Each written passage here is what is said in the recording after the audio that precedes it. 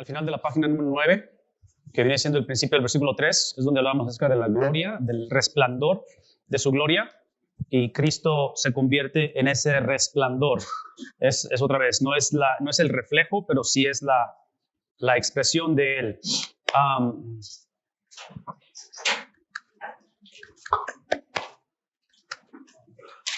¿Qué más podemos decir aquí? Yo no sé si ustedes han hecho un estudio a conciencia o han tomado una clase que tenga que ver con esto, en Proverbios, pero el concepto de la sabiduría en el Antiguo Testamento, el autor Dr. Bob va a tomar o va a hacer referencia a ello. Esta parte, este primer párrafo habla acerca de lo que hablamos ahorita, ese resplandor de lo que es Cristo, pero en el segundo párrafo, que es el final de la 9, esta expresión está relacionada a Proverbios 8, 22, 31, donde la sabiduría, ¿sí?, es personificada como la primera creación de Dios. ¿Han escuchado eso anteriormente? ¿Sí? Entonces, hay una conexión en ello. Y lo interesante es que observen que Dr. Bob va a usar la referencia de libros apócrifos. ¿Sí lo ven aquí? Entonces, porque obviamente hay un paralelismo en muchas de esas cosas. En fin, aquí hay otro error. Agente, como el agente de la creación. La sabiduría de Salomón, otro libro no canonizado, capítulo 9, versículo 9. Ese mismo concepto se desarrolla en el libro apócrifo, ¿verdad?, de lo que estamos hablando. Y Proverbios 8:22, la sabiduría forma todas las cosas. La sabiduría es la emanación pura de la gloria del Omnipotente y la sabiduría es el reflejo de la luz eterna. Yo diría que es expresión, no tanto reflejo, expresión. Y es algo que no tiene mancha, que no hay confusión en ello. Ese es uno de los términos importantes porque lo van a ver a través del Nuevo Testamento, el primer párrafo de la página 10, donde habla cómo en el Antiguo Testamento la palabra hebrea más común para gloria tiene que ver con un término comercial en el cual hablaba de algo que tiene peso. La gloria tiene peso. Entonces habla de algo con valor, de un valor intrínseco. ¿Intrínseco se dice? ¿Entonces está bien escrito? Intrínseco. Ok. Entonces habla acerca de la majestad de Dios durante el periodo de andar en el desierto. La nube, la gloria de Dios manifestándose ahí. El término gloria es un tanto ambiguo, el cual puede hacer referencia a la justicia de Dios, la santidad o perfección de Dios, y también puede dar referencia a la imagen de Dios. Después se mueve a esta sección donde habla acerca de la sustancia, la imagen misma de su sustancia. Jesús no solo refleja o expresa la deidad, pero él lleva la estampa única de esa deidad. Jesús es obviamente Dios mismo. Juan 14:9 como referencia. Hay dos términos griegos que se unen para describir esta relación de Cristo con el Padre, en la cual habla de su imagen, habla acerca de su carácter y otra vez enfatizando la unidad, la cuestión de que son el mismo. Yo a veces uso como referencia, y no sé si aquí lo tienen o lo comen aquí, pero en Estados Unidos tenemos un pan que se le llama pretzel. ¿Han escuchado de él? ¿Aquí lo tienen? Sí, parece como un corazón a veces. Pero lo interesante de ese pan, que a veces es como circular, pero está todo como medio deforme. Pero tiene, bueno, allá también hay de sabor, hay no sé, hay de varios sabores. Pero bueno, el punto es de que si lo observan, el pretzel tiene 3 agujeros. ¿Sí lo pueden imaginar o no? ¿Se lo pueden imaginar? Tiene 3 agujeros. Entonces, toda explicación que hagamos de la Trinidad siempre va a estar corta. ¿Me explico? Nunca va a ser justa la explicación. Entonces, hacemos lo que podemos, pero siempre damos la advertencia de que solamente podemos empujar la explicación hasta cierto punto, llevarlas a ese punto. Después empezamos con herejías. ¿Por qué? El punto simplemente es que cuando tocamos este tema de la esencia o que él es la imagen misma de su sustancia, su naturaleza, en mi mente pienso en un pretzel, porque el pretzel, lo que hace el pretzel son los 3 agujeros, no nada más 2 agujeros o no un solo agujero. Entonces lo que hace Dios ser Dios son las 3 personas, no nada más una persona, 2 personas, sino las 3 personas es lo que hace ser Dios, la unidad. ¿Me explico? Pero aparte de ello, la característica del pretzel, de ese pan, es que los agujeros no son idénticos, son diferentes cada uno de ellos. Pero una vez más, sus distintivos los podemos hablar, lo que no podemos hablar es separar. En otras palabras, si rompes el pretzel y le quitas un agujero o un pedazo, deja de ser un pretzel completo. Entonces, cuando hablamos acerca de esta experiencia de Cristo, ser la esencia, ser el mismo Dios, podemos predicar o debemos de hablar de sus distintivos. Y aquí tal vez la única cosa que les recomendaría o que consideraríamos es hablar de la diferencia entre la función y la esencia de la persona o del individuo. Y traduzcan eso en cuestión de tal vez el matrimonio, tal vez los hijos, tal vez la misma iglesia. En la iglesia encontramos lo tengo. No sé cómo ilustrárselos esto o cómo ponérselos de una manera más palpable, pero ahorita se los enseño esto.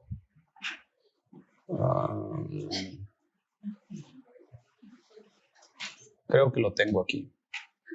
Nada más para ilustrarles la diferencia entre esencia y...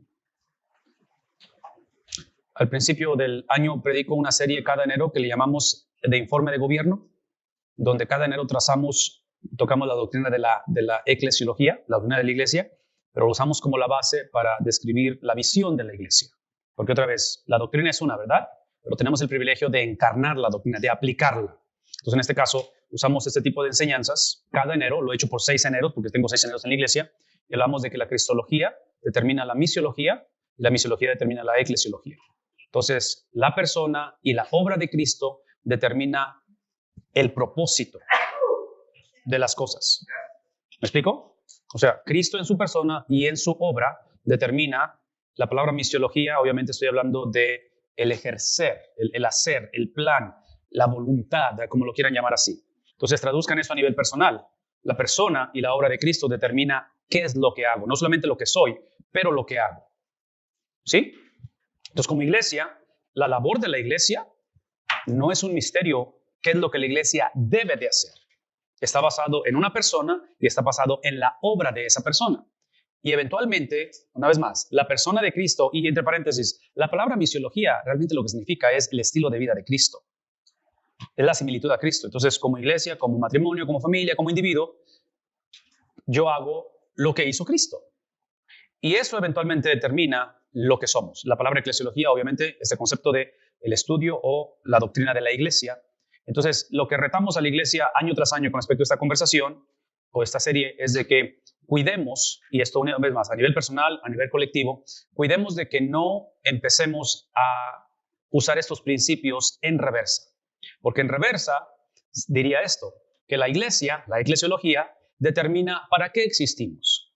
Y eventualmente nuestras prácticas determinan quién es Cristo. ¿O qué es Cristo? Entonces, piénselo a nivel de persona. Yo determino para qué existo, qué hago y cómo lo hago, dónde lo hago y cuándo lo hago. Y eventualmente, por mi estilo de vida y mis acciones, yo determino quién es Dios. O a lo mejor no existe Dios. ¿Me explico? Pero inicio conmigo.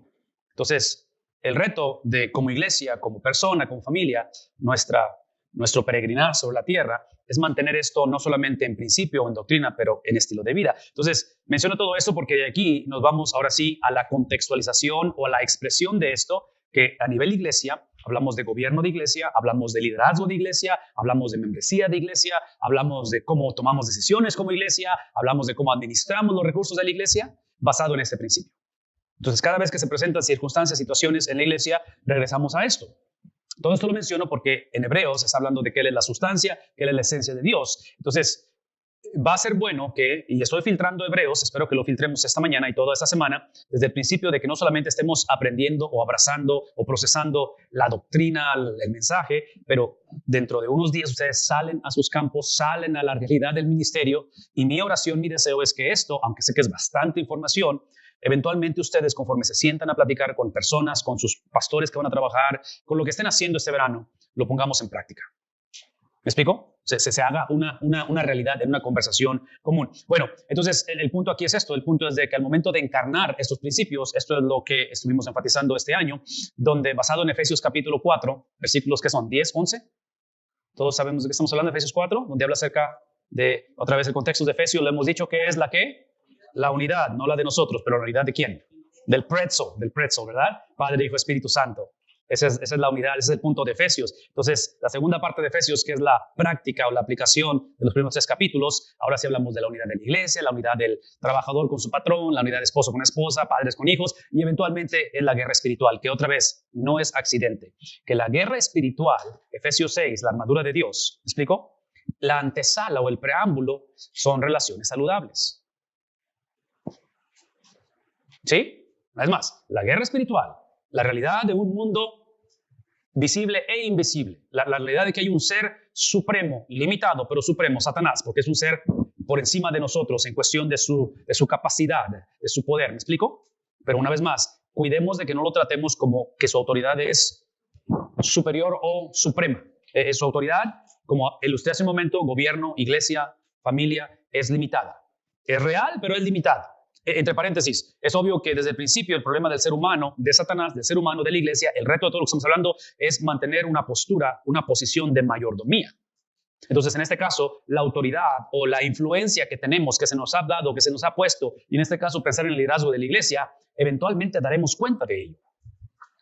En Hebreos habla acerca de que daremos cuenta de que de las almas que han sido confiadas a nosotros como pastores. Entonces, obviamente que el punto, el filtro de todo esto es administración. La salvación es algo que administramos, ¿no es cierto?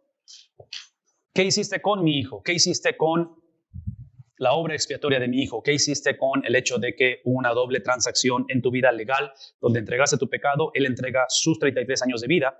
Y otra vez, esto es simplemente cómo lo ejercemos. Entonces, Efesios capítulo 4, que habla de esa unidad, que el capítulo 4 es parte de la sección práctica de la unidad, basado en el hecho de Hebreos, donde estamos hablando de que Cristo es el mismo en esencia con el Padre, pero es diferente ¿en qué? En función. Es mismo en esencia, diferente en función. Traduzcan esto en la estructura de cómo gobernar una iglesia. El gobierno de una iglesia no está basado en que haya diferencia entre las personas en esencia. Está basado en que hay diferencia en función. Lo mismo pasa en el hogar.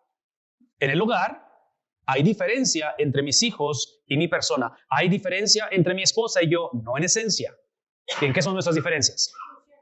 Simplemente es en la función.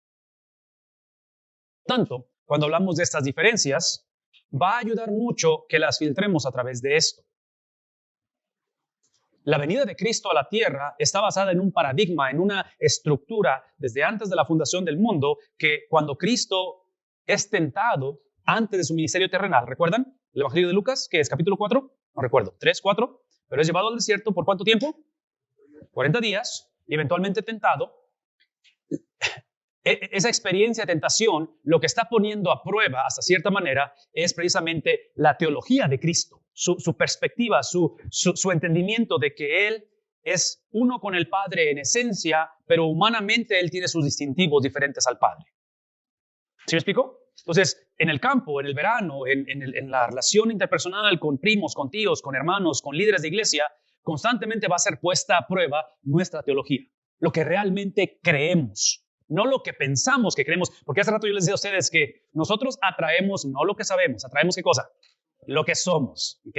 Entonces, por eso siempre les digo a las parejas, antes de quejarse del cónyuge, les recuerdo, tú lo escogiste, ¿ok?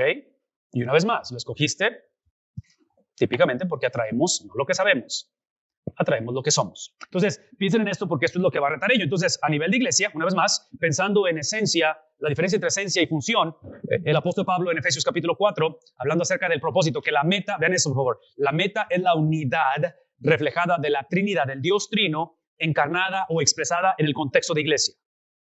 ¿Sí? Una vez más. Dios es un Dios trino y Él vive en unidad. La unidad del Padre, Hijo y Espíritu Santo no es simplemente un principio teológico, es algo que tiene que ser imitado, expresado y hemos sido comisionados para ello. Entonces, cuando nosotros como iglesia, como familias, no estamos expresando la unidad de la Trinidad, el problema no es nuestras diferencias interpersonales, culturales, generacionales, idiosincrasias, o lo que me hiciste, o la vez que te perdoné, pero ahora lo volviste a hacer. Todo eso es tangible, es real y es difícil de navegar, pero el problema es teológico. El problema es la Trinidad. El problema es que simplemente la podemos cantar, la podemos poner en un poema, la podemos predicar, la Trinidad y su unidad, pero expresarla y vivirla, por eso es que Pablo ve la necesidad de hablar a la iglesia en Efesios, Hebreos, de la necesidad de decir, hey, esto es lo que significa. Sé que lo abrazan en teoría, sé que entienden que esta es autoridad apostólica, sé que todo eso está bien, pero déjenme decirles qué es lo que significa.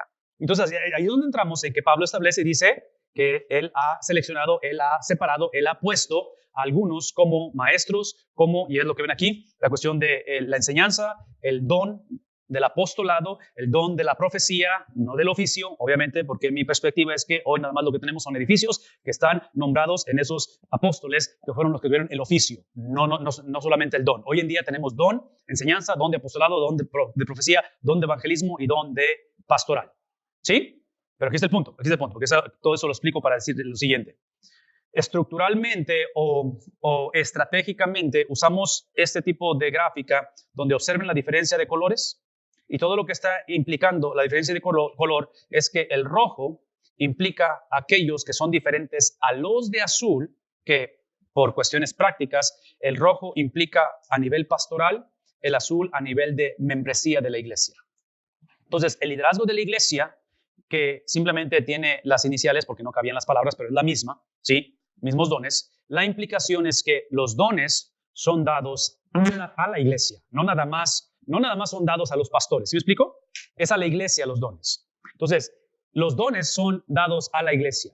Simplemente que hay una diferencia del ejercer los dones por la función que existe entre aquellos que somos llamados a, Efesios capítulo 4, a equipar o a entrenar a los santos para el ministerio de la obra de Dios.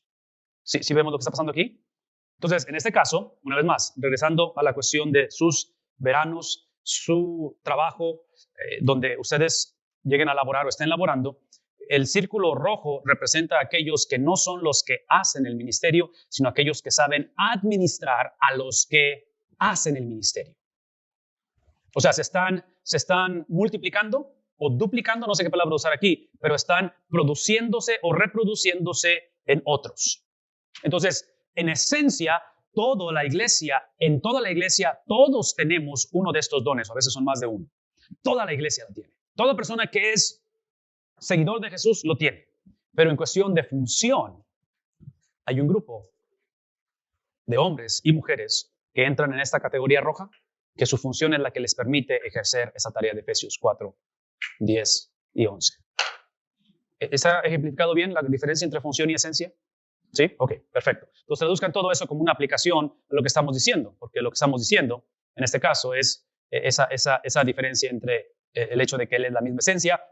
Esto implica que Él sustenta ¿qué cosa? Todas las cosas. Y otra vez, aquí hablamos acerca de la providencia y Él lo sostiene simplemente por la palabra hablada. Cristo es el que sustenta. Él es la razón por qué, y otra vez, si quieren regresar a la enseñanza de hace algunos días, es entender que Cristo es el que tiene la habilidad. Humanamente hablando, Cristo, Él perseveró. Divinamente hablando, y no estoy creando una separación, estoy hablando no de una contradicción, estoy hablando de un misterio, porque eso lo dijimos anteriormente, ¿verdad? O sea, es diferente cuando hablamos de misterio que no implica contradicción. Humanamente hablando, Cristo perseveró. Divinamente hablando, Cristo tiene la habilidad de preservar. ¿Sí? Entonces, Cristo como humano, Él perseveró hasta el fin. Y el Padre cumple lo que prometió al Hijo. Pero en cuestión divina es Cristo, porque Él obviamente no inicia con el nacimiento virginal, pero Cristo es el que Él va a sustentar las cosas. Por eso dice que Él sustenta, Él preserva las cosas. En otras palabras, si Él decide no preservar algo, ese algo no existe. ¿Sí? Es así de sencillo. Si Él decide no preservar algo, ese algo no existe. Y dice que lo hace con la palabra de su poder. En el pensamiento judío, esto del poder de Dios era representado por la palabra hablada. La palabra de la cual el Dios de Génesis es aquel que simplemente al hablar hace y forma las cosas. Habiendo efectuado la purificación de nuestros corazones, lo cual, otra vez, entramos en esta conversación antigua que hemos tenido, donde enfatiza el sujeto en este enunciado y describe una acción. ¿Qué tipo de acción?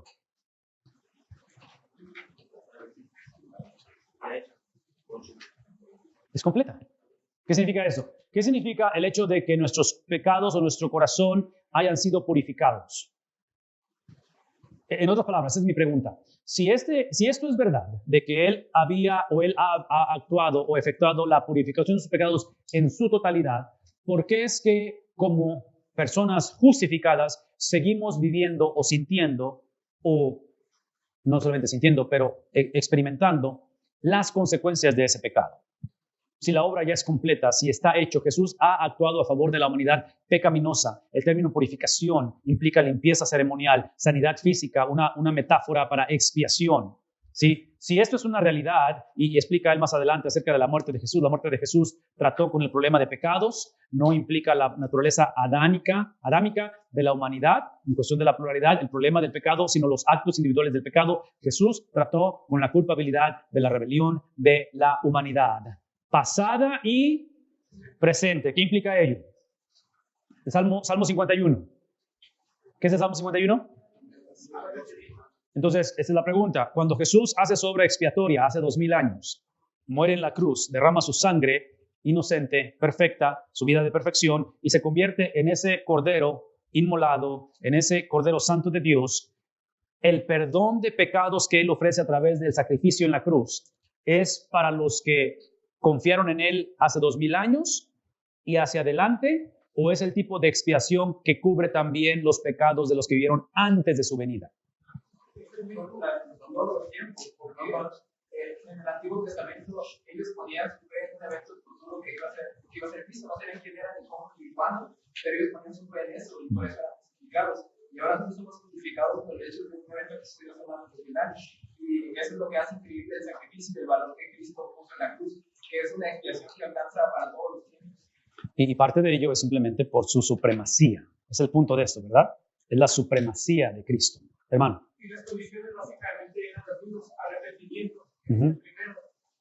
Las condiciones que debía reunirse tanto en el Antiguo Testamento como después del Nuevo Testamento. ¿Por qué? Porque la condición pecaminosa siempre había sido la misma. Por ello. Ahora tengo una pregunta, perdón. En cuanto al acto de la ¿Perseverancia? No. Preservar. Uh-huh. Hay una separación de oficio entre Dios y hombre, entre Dios y Cristo. ¿Quién es el que preserva o ahí no hay separación?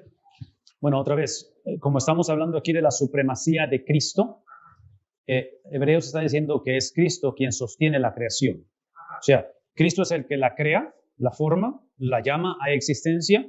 Cristo, Él es la razón por qué creó lo creado. Él es la razón. En otras palabras, Él no creó simplemente por crear, o la clásica, que hay filosofías y doctrinas que dicen que Él creó porque Él se sentía solo.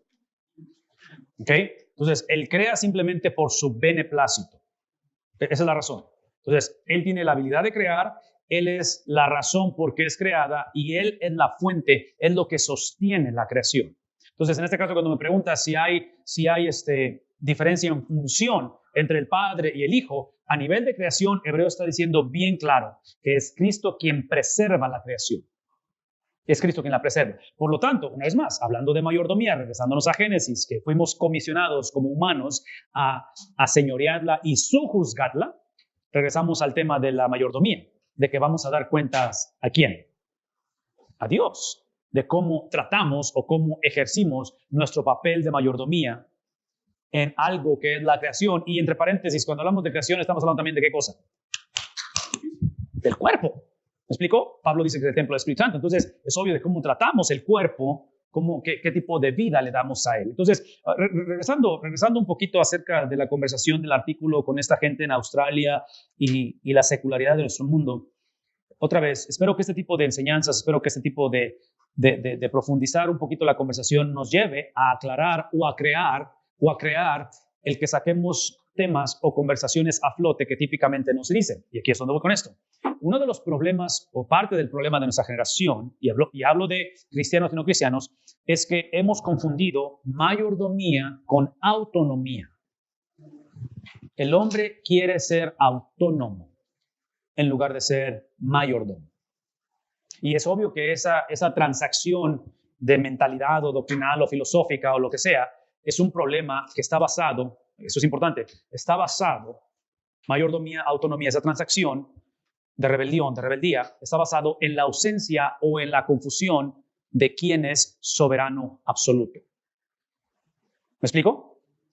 Si no tenemos una perspectiva clara, bíblica, de quién reina en su totalidad, es obvio que vamos a empezar a batallar entre lo que soy, y aquí es donde regreso a esto. O sea, empiezo a batallar con esto, de que mi tendencia va a ser que la iglesia defina el propósito para que existimos y eventualmente la iglesia define quién es Dios. Entonces ahí es donde encuentras que en Estados Unidos, hace algunas décadas atrás, había más de 4,000 denominaciones evangélicas. Y estoy consciente que necesitamos todo tipo de iglesia para alcanzar todo tipo de gente, pero yo argumentaría, sin sonar otra vez prejuicioso y todo eso, es de que nuestras divisiones y argumentos doctrinales y filosóficos tienen que ver con el haber puesto este principio en reversa. Cometimos el error de empezar con nosotros en lugar de con el evangelio. Porque el evangelio, ¿qué es? Hemos dicho lo que Cristo dijo de su persona, no lo que yo pienso que es Cristo. ¿Ok?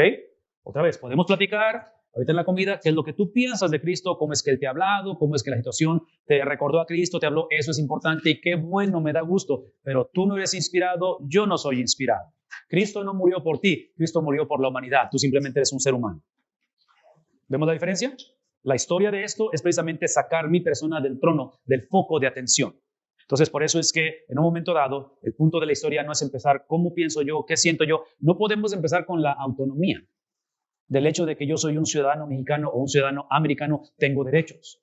Lo que típicamente decimos es que si ese es el paradigma y empezamos con Cristo y Cristo define su estilo de vida, su estilo de vida define qué y quién es la iglesia, eso implica que membresía de la iglesia, hablando de derechos, membresía de la iglesia, ustedes aquí en Oaxaca tienen un SAMS, el cual no sé si es como en Estados Unidos, pero en Estados Unidos tienes que tener una membresía para entrar. ¿Aquí también es igual?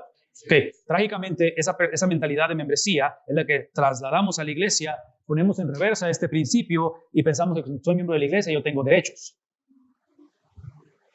Y mi argumento es este: el único derecho que tienes como seguidor de Cristo, basado en el Antiguo Testamento y la doctrina de elección, es para servir, y tu único derecho que tienes como seguidor de Cristo en el Nuevo Testamento es para caminar en similitud a Cristo. Esos son tus derechos. De ahí en fuera no tienes ningún derecho. Pablo lo dijo en Filipenses, ¿qué es lo que dice Pablo? Si tan solo pudiera unirme a Cristo en sus derechos, en sus padecimientos. Y en el capítulo 2 del mismo libro, Pablo explica y dice, precisamente es Cristo el cual se desprende, no escatimó el ser parte del prezzo, ser el mismo prezzo, sino que a su divinidad, sin alterarla, le añade ¿qué cosa? Humanidad. Y camina en medio de nosotros. El añadir humanidad es que Él se desprende para beneficio de otros. Entonces, una vez más, piensen, traduzcan, conecten esta conversación en la supremacía de Cristo, donde la predicamos, la enseñamos con el principio, con la esperanza, con el deseo de poder abrazar y tomar la iglesia real, que en la gran mayoría de nuestras iglesias vivimos de abajo hacia arriba, no de arriba hacia abajo, y eventualmente a través de la intervención divina, la supremacía y exaltación de Cristo, introduciendo una cristología, una teología de Cristo sana y obviamente modelada, es que eventualmente veamos una iglesia que va a invertir este proceso. Entre paréntesis, porque, o sea, otra vez, ustedes tienen cara de que van a ir a iglesias y van a trabajar con iglesias y no saben en dónde se van a meter ni con quién se van a meter y todo eso. Pero para aquellos que están pensando en permanentemente ir a servir a una iglesia, iniciar una iglesia, o a lo mejor van a regresar a la iglesia donde ya estaban, no lo sé. Así, abiertamente yo les invitaría a que se sentaran a platicar con su pastor o pastores, o si ustedes van a ser el pastor, y tuvieran esta conversación. Probablemente los van a ver así con cara de que no sé exactamente qué estás diciendo, porque es la cara que me están poniendo ahorita ustedes. Pero a la misma vez, yo sí creo que necesitamos forzar este tipo de conversaciones. Porque miren, así rapidito eso. Honestamente, y si ponen en términos comunes, esto que estoy explicando se le llama consejería matrimonial en una relación de matrimonio. Porque en una relación de matrimonio, típicamente, si yo empiezo conmigo y yo determino la misiología, yo determino cómo debe de llevarse el matrimonio y eventualmente, otra vez, usando la analogía del matrimonio, yo determino quién es ella para mí. Yo sé que así te criaron, así te formaron, yo sé que vienes de esta iglesia, pero tú para mí eres esto. Y a menos de que eso sea así, no va a funcionar el matrimonio. La consejería matrimonial, ¿qué es lo que hace? Trata de sacar tu reino, ¿me explico? De seguir fomentando tu persona en todo esto y de entender que el matrimonio nunca va a funcionar si empiezas ¿con quién? Conmigo. Por eso Pablo en Efesios habla de la unidad, no del matrimonio. Eventualmente, dice en Efesios 5, que someteos unos a otros y maridos, amad a vuestras mujeres. Eventualmente hay que llegar a eso. Pero la base de Efesios 5, 21, 22 y el resto no es simplemente una relación donde se lleven bien. ¿Qué es la base? Capítulos 1 al 3. Es el pretzel. ¿Me explico? Entonces, en un momento dado, si la persona o el matrimonio, si son cristianos, yo uso el matrimonio como ejemplo, sí, pero eso se aplica a nivel de iglesia, si tienes una pareja que profesan fe en Jesús, automáticamente perdieron el derecho de llevar esta conversación de abajo hacia arriba. Es lo que has perdido. E inclusive, para los que están comprometidos o están pensando en comprometerse o tenemos hijos que eventualmente se comprometen, esto es consejería prematrimonial, donde literalmente decimos, este es el principio bíblico, háblame qué significa eso para ti. ¿Cómo se ve eso en la cuestión de decidir en finanzas, de decidir en cuidar de una mamá que se enferma o de un abuelito que está hospitalizado? ¿Me explico? ¿Qué significa ello? ¿Qué significa cuando la Biblia habla acerca de que el hombre dejará a su padre y a su madre? ¿Y se unirá a quién? No a otro hombre, pero a una mujer. ¿Verdad? A una mujer. Es bien claro esto.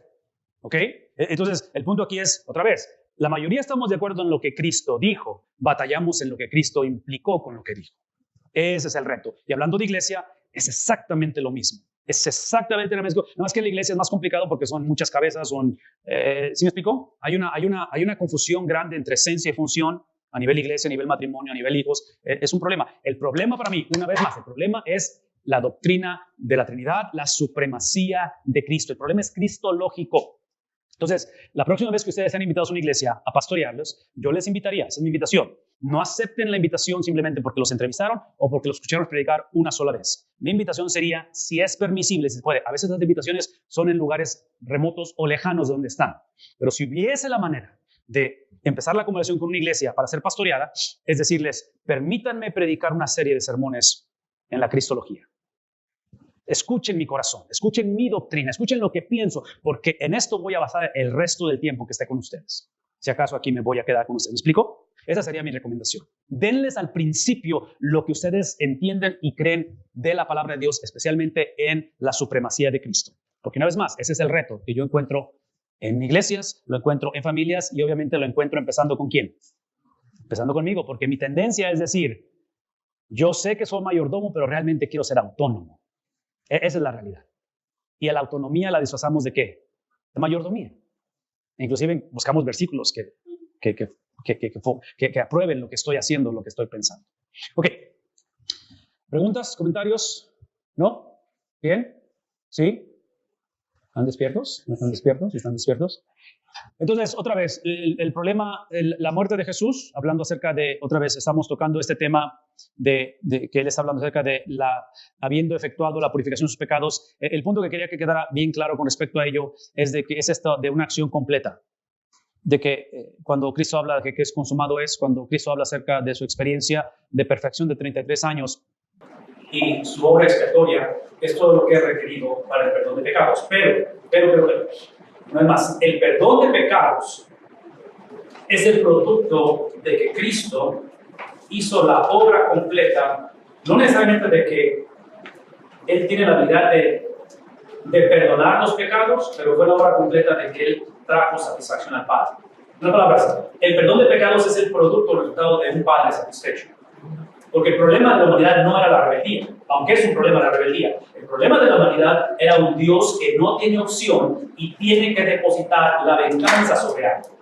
Ese era el problema. Ese es el problema. ¿Me explico? Entonces, la rebeldía simplemente es el efecto del dominó en un momento dado de que lo que crea es separación del Padre, que ese es un problema serio. Pero en este caso, como el problema es un Dios soberano, absoluto, que Él no tiene opción, Él tiene que castigar el pecado. No sé si eso está claro. ¿Sí? Porque el artículo de esta mañana de este líder en Australia, que él rehusó decir o afirmar lo que Romanos dice, si en Romanos, que es capítulo 6, no recuerdo, donde Pablo dice que simplemente los inmorales no heredarán la vida eterna. Pablo está diciendo, ¿van a dónde? ¿A dónde van? Van al infierno. Van al infierno no por su rebeldía, aunque es el problema de la rebeldía, pero van al infierno porque Dios es ¿qué? Dios es justo. Entonces, es obvio que nos conviene tener un juez que sea justo. Lo último que deseamos es un gobierno corrupto y un Dios corrupto. ¿Me explico? Entonces, honestamente, ¿nos beneficiaría tener un gobierno de integridad justo? Sí. ¿Nos beneficiaría haber sido criados y crecido en un hogar donde hubiera justicia en lugar de injusticia? Entonces, eso que el mundo percibe como crueldad, como el ateísmo, obviamente, el ateísmo está en contra de la justicia de Dios. Regreso a lo que dije anteriormente. Ese tipo de conversaciones asumen que Dios nos debe gracia y misericordia. Todos merecemos ir a dónde? Al cielo. Porque Dios me debe misericordia, me debe su favor. Y aquí está el principio de misericordia y favor. Que el momento en que lo demandamos deja de ser misericordia. La característica de la misericordia de Dios es que no puede ser demandada. La persona tiene que darla por sí misma. ¿Sí captamos eso? Entonces, regresando a Filipenses 4:13, para comenzar la conversación, cuando Pablo habla acerca de la fortaleza, sí, la fortaleza es la gracia de Dios. La gracia de Dios no es que lo puedo todo en Cristo. La gracia de Dios es que Cristo ya lo pudo todo. ¿Me explico? Cristo ya venció el pecado. Cristo es el tipo de persona que cuando piensan en una abeja, o en una avispa, no sé, avispa, y si la llegaran a poner en su mano, que no lo haga, pues la llegaran a poner en su mano, ¿sí? La abeja lo que va a hacer es que va a hacer ¿qué? Picar. Pero el piquete de la abeja, que es muy doloroso, no lo hagan, ¿sí? Es aquella que va a dejar la lanza, ¿sí es lanza? Sí. La lanza, el aguijón lo va a dejar encajado. Entonces ustedes pueden soltar la abeja y va a seguir abejeando. Andan haciendo lo que hacen las abejas, ¿me explico? Pero ¿cuál es la diferencia? Que no puede, ya no puede ¿qué? Volver a picar, porque no tiene ¿qué cosa? Eso es Satanás. Eso es Satanás con Cristo. Anda vivo, anda moviéndose, anda todo eso, pero no nos puede hacer absolutamente nada. Esa es la supremacía de Cristo. Esa es la manera en la cual Pablo habla en Filipenses 4:13 y dice, yo lo puedo todo en Cristo, porque no es que yo soy el súper, que a mí yo me las puedo todas, es porque Él se las puede todas, y dentro de su poder, es más, Él tiene a bien extender su misericordia en que me fortalece. Háblenme, ¿no? ¿Sí? Sí, pero no. Sí puede volar, pero no puede hacer otra. Bueno, sí, porque aquí es donde entramos en la conversación de la segunda muerte. Sí, o sea, está la muerte física, la muerte espiritual y la segunda muerte, ¿verdad? Entonces, la muerte que ninguno de nosotros, seguidores de Jesús, conoceremos es la muerte espiritual. ¿Verdad? Nunca la conoceremos. Por eso es que Satanás no puede tocarnos. Eso explica por qué Pablo dijo lo que dijo, ¿no? Estando encarcelado. O sea, el gobierno de Roma, la maldad, son instrumentos de Dios. No entiendo otra vez por qué sucede, y el dolor es obviamente extremo, pero aquí es donde regreso a que la obra de Cristo está finiquitada, está concluida. No hay nada que agregarle a esto. El reto es simplemente, una vez más, el reto es simplemente tener la habilidad sobrenatural de poder confiar, ¿en qué? En la confiabilidad de Cristo. Ese es el reto. Porque ya la obra está completa. Ya Cristo hizo todo lo que tenía que hacer. Ahora es simplemente confiar en que Cristo es confiable. Él se sentó o se sienta a la diestra de la majestad en las alturas. Otra vez habla acerca de este lenguaje figurado que afirma la obra acabada y la exaltación de Jesús. Salmo 110, Lucas 22, 69, donde Dios no tiene obviamente una mano derecha. ¿Cómo se llama eso? Antropomorfismo, que es simplemente el lenguaje que se usa para ilustrar esto, pero le está hablando acerca para ilustrar el poder, la autoridad, la preeminencia, la supremacía de Él. Entonces, habla acerca del trabajo expiatorio, el trabajo de Cristo terminado, es lo que es la antesala a esta majestad de parte de Él. Versículo 4. Entre paréntesis, ahí en esas secciones donde quería enfatizar, si observan aquí al final, Jesús cumple los 3 oficios de ungidos o de los que son ungidos o los que se les dio el título de Mesías. La palabra Jesucristo, Cristo no es su apellido, Cristo es su título, ¿verdad? Su nombre es Jesús. La palabra Cristo es el título. Es Jesús el ungido, Jesús el Mesías, Jesús el prometido. Entonces en el Antiguo Testamento se le daba ese título de ungido, de Mesías, a 3 diferentes oficios, el de profeta, el de sacerdote y el de rey, lo cual Dr. Bob los ilustra con esos 3 pasajes. ¿Los ven ahí? Entonces, Cristo es el cumplimiento de los tres. Entonces, una vez más, porque enfatizamos esto al principio, que habló a través de los profetas, el oficio era necesario, pero ahora ha hablado a través de ¿quién? De un miembro de familia. Entonces, escuchen esto, no es tanto que Cristo está menospreciando los oficios, porque otra vez, hay corrientes, hay filosofías que dicen, no prediques el Antiguo Testamento, lo único que es válido hoy en día es ¿qué cosa? El Nuevo Testamento. No, Cristo no menospreció ni el oficio de rey, de sacerdote o de profeta. Cristo es el cumplimiento de ellos. Cristo le da el sentido de por qué existió un profeta, por qué existieron reyes, porque, ¿sí me explicó? Cristo le da el sentido a ello. Entonces, traduzcan eso en su relación personal, en su vida personal. Es obvio que no menospreciamos nuestra vida, ni nuestro pasado, ni nuestras experiencias. Es que simplemente lo que el Evangelio hace es que le da sentido. Que, entre paréntesis, regresando a Pablo, Filipenses 4:13, lo que hace el Evangelio en la vida de la persona, y esto lo saben ustedes obviamente por experiencia propia y porque conocen la palabra de Dios, pero lo que hace el Evangelio no es que el Evangelio nos hace inmunes del sufrimiento. El Evangelio le da propósito al sufrimiento. Esa es la diferencia que hace el Evangelio. Ahora, si eso es verdad, y antes de que lo escriban, porque están por escribirlo, necesito que quede algo bien claro. Es obvio que estoy hablando del sufrimiento que glorifica a Dios, no de las necedades que hacemos. Sí, hay una diferencia en eso, ¿verdad? No estoy hablando de que simplemente denle vuelo a la hilacha, que como quiera, todas las cosas ayudan para bien. No, porque Romanos 8, ¿qué versículo es 28? Sí, está basado en el 29. Cuando dice que todo ayuda para bien, el bien es el crecimiento, la exaltación, la promoción, la fama, el carácter de Cristo en mí creciendo por lo que me pasó. Ese es el bien. Entonces, si mi experiencia, mi situación, mi tragedia, lo que me sucedió, no está incrementando el carácter, la esencia, la mente, la idiosincrasia, la mentalidad de Cristo en mí, es pecado, hay que arrepentirse. Porque si no estoy promoviendo e incrementando a Cristo en mí, ¿a quién estoy incrementando? A mí mismo. Estoy promoviendo mi reino. Por eso en la oración modelo él habla acerca de que venga tu reino, porque no puede coexistir el reino de Cristo con el reino propio. ¿Sí? No, Cristo nunca va a compartir su señorío. O reina Cristo o reino yo. Esa es la realidad. Entonces ahí es cuando regreso a mi comercial, otra vez de esto. Cuando reino yo, cuando reina la iglesia, cuando reina el hombre, empiezo conmigo, con nosotros, con lo que siento, cómo es que pienso, cómo fui creado, con lo que me hicieron, con lo que me pasó. No menosprecio tu trasfondo, tu experiencia, y ojalá escuches mi historia. Tengo unas experiencias buenas, unas no muy buenas, pero no se trata de nosotros. ¿De quién se trata? Se trata de la cristología, se trata del evangelio, se trata de lo que él dijo de su persona y lo que él hizo basado en lo que él es. Ahí empieza la conversación. Ok. Entonces, entramos al versículo número 4.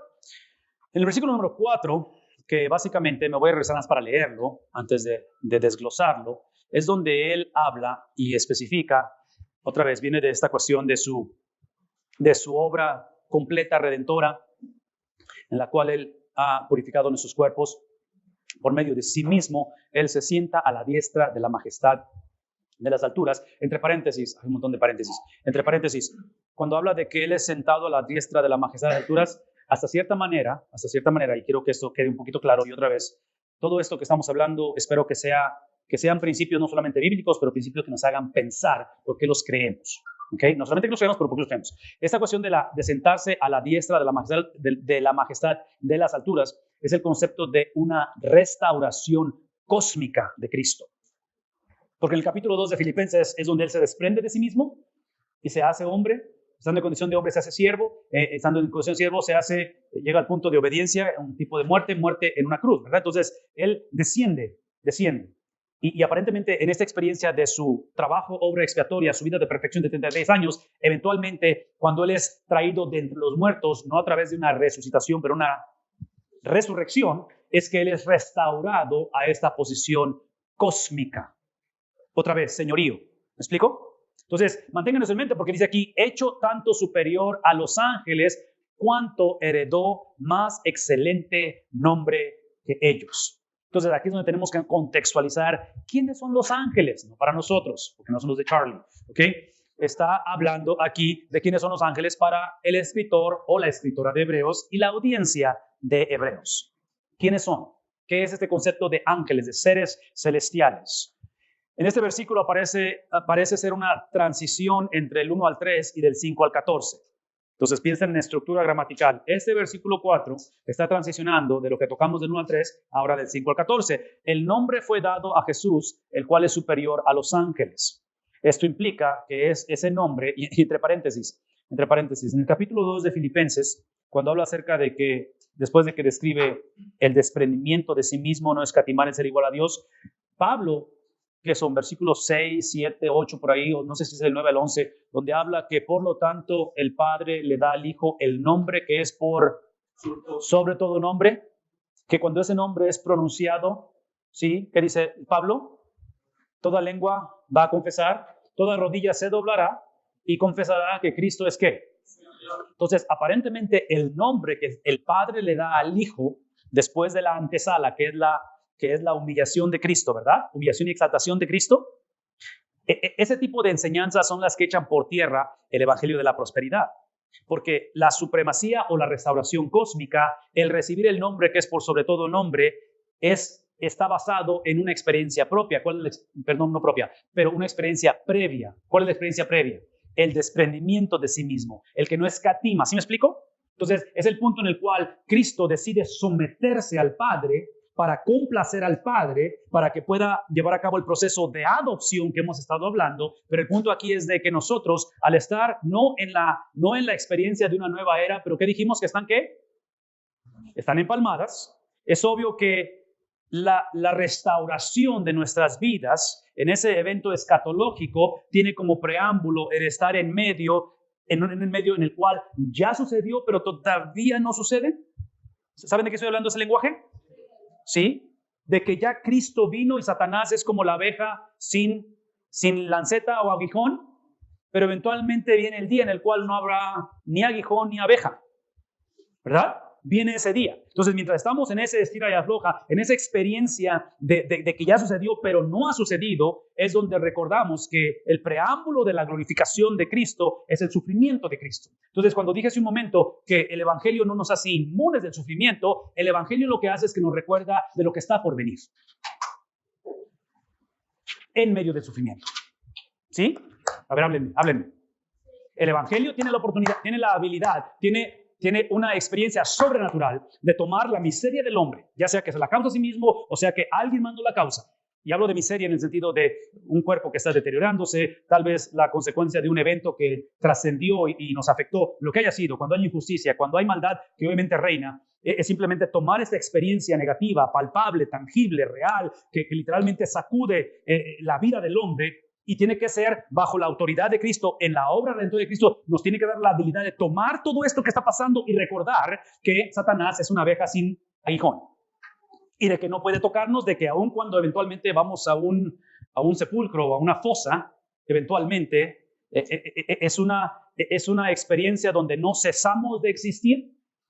¿Sí? No cesamos de existir. Porque como fuimos creados a la imagen de Dios en Génesis, eso implica que en el hombre existe la capacidad de ser eterno.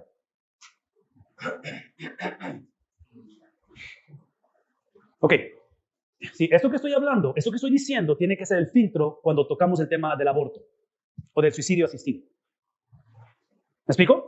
Porque típicamente esas conversaciones están basadas en que, obviamente, lo que está en el vientre es tejido. Y que no es un ser humano hasta que nazca. ¿Verdad? O en el suicidio asistido, es el asumir de que cuando la persona muere se acaba el sufrimiento porque cesamos de existir. Génesis completamente destruye ese tipo de perspectiva, ¿verdad? Porque Génesis nos enseña que fuimos creados a su imagen y semejanza, que en este caso pone a Cristo como superior a los ángeles, y dijimos que somos coherederos con Cristo a través de Hebreos. Entonces, ¿qué es lo que sucede? Que somos superiores ¿a quiénes? A los ángeles. Entonces eso implica que somos seres eternos. Entonces, potencialmente podríamos decir que no somos un cuerpo con alma, sino que somos ¿qué cosa? Un alma con cuerpo. Entonces, como filtramos típicamente la conversación de aborto, la conversación de suicidio asistido, que se están legalizando y van a continuar legalizándose, es que Ok, otra, y aquí Mil disculpas porque me estoy regresando, pero aquí es donde entra la conversación de la función de gobierno y Estado. Porque cuando el gobierno legaliza algo como el matrimonio mismo sexo, en la perspectiva divina, no es un matrimonio. ¿Me explico? No es un matrimonio. El gobierno no tiene la autoridad de legalizar un aborto, porque el gobierno nunca se le dio la tarea de dar la definición de lo que es la vida o el propósito de la vida. Entonces, es obvio que el gobierno está actuando no en mayordomía, pero en autonomía. Y ahí es donde nos metemos en camisa de 11 varas. Entonces, cuando entablamos estas conversaciones o somos forzados a entablar estas conversaciones, tenemos que poner nuestras cartas sobre la mesa antes de entrar en el diálogo. Porque si la persona con la que estoy hablando no está dispuesta a reconocer que el gobierno no fue autorizado en su autoridad o en su dominio temporal y limitado, que no pueden definir el concepto de la vida, porque el gobierno no da la vida, el gobierno no es responsable por la creación de la vida, es obvio que no tiene la autoridad de definir qué es la vida, qué es un ser viviente. Pero si no estamos dispuestos a entablar esos principios, entonces yo diría que la conversación es en vano. ¿Me explico? Es en vano y ahí es donde empieza la confusión. Y otra vez, para mí, como padre de 3 chamacos, esposo de una persona, es donde yo digo, mi labor no es aislar a mis hijos de ese tipo de enseñanza.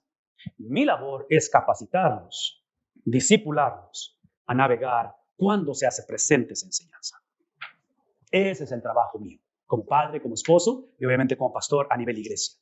Tenemos que conocer el evangelio en su totalidad, ¿me explico? En ese sentido, pero está basado en lo que es la vida, la percepción de la vida y en este caso el propósito de la vida. Está basado en la persona de Cristo, no hay vuelta de hoja. Estamos conectando el concepto aquí, háblenme porque tienen cara de que ya quieren irse a comer y apenas son las 11:15. Y eso puede ser un problema. ¿Está teniendo sentido esto, hermanos? Háblenme porque no sé si estamos de acuerdo en esto. Porque elecciones presidenciales vienen otra vez cuando menos se espera. ¿Cómo navegamos la presidencia? ¿Cómo elegimos a un líder? ¿Bajo qué criterio elegimos a alguien? ¿Cómo llamamos a un pastor en una iglesia? ¿Cuál es el criterio para tomar decisiones? Solteros, ¿cómo se casan? ¿Cómo escogen a alguien para casarse? ¿Cómo dan recomendación a alguien para que se mantenga en un matrimonio o practique el divorcio? ¿Cuáles son los principios? ¿Cuál es la base? ¿Cuál es el punto de partida para hacer este tipo de decisiones? Tiene que ser la supremacía de Cristo, tiene que ser la enseñanza del evangelio. ¿Sí?